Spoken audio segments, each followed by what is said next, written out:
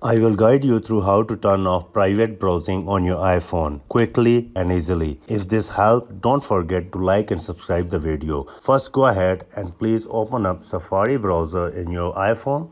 If you just want to exit out of private browsing and return to normal browsing, just go ahead and tap on the tab button in the corner of your screen. Here you will find private and start page. Private browsing tabs are open at the private page, and if we just go to start page and start our browsing here, and now we are back to normal browsing, not the private browsing. If you want to go back private browsing from here again, we could go ahead and go to private browsing here. But if you want to completely disable private browsing, here's how to do it.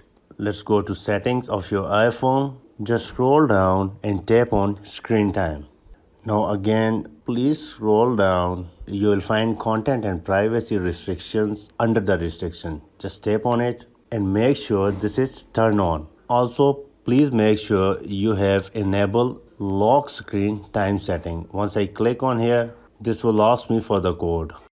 Now here we want to go to App Store, Media, Web and Games. Again, we want to go to Web Content that is selected to unrestricted, and here just go ahead and select limit adult website. Here this will ask you to again enter your passcode. Once you have entered your passcode, this will enable limit adult website, and that's it. Now you know both methods, whether you just want to exit private mode or completely block it. Now let's go back and we want to open Safari again.